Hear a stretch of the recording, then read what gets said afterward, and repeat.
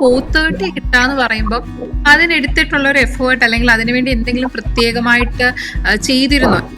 മാം, speaking എനിക്ക് കുറച്ച് ആദ്യം തൊട്ട് തന്നെ എനിക്ക് കുറച്ച് ബുദ്ധിമുട്ടുള്ളൊരു മോഡ്യൂൾ ആയിരുന്നു സ്പീക്കിംഗ്.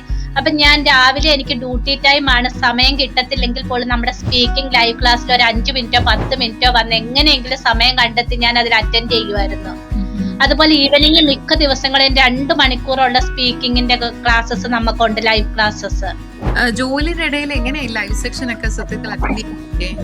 ഫുള്ളായിട്ട് ഞാൻ അറ്റൻഡ് ചെയ്തില്ലെങ്കിൽ ഒരു 5-10 മിനിറ്റ്സ് നമുക്ക് എപ്പോ വേണേലും ആ സൂമിന്റെ അകത്തോട്ട് കയറാനുള്ള ഒരു കാര്യം ഉണ്ടായിരുന്നു മാം. അതൊരു നല്ലൊരു അറേഞ്ച്മെന്റ് ആണ്. നമുക്ക് എപ്പോ വേണമെങ്കിലും, അതായത് കണ്ടിന്യൂസ് ക്ലാസ് അറ്റൻഡ് ചെയ്യണമെന്നില്ല ആ സൂം സെക്ഷനിൽ. നമുക്ക് പറ്റുന്ന ടൈമിൽ നമുക്ക് കയറി ചെല്ലാൻ പറ്റുക എന്നുള്ളത് വളരെ നല്ലൊരു കാര്യമാണ് മാം.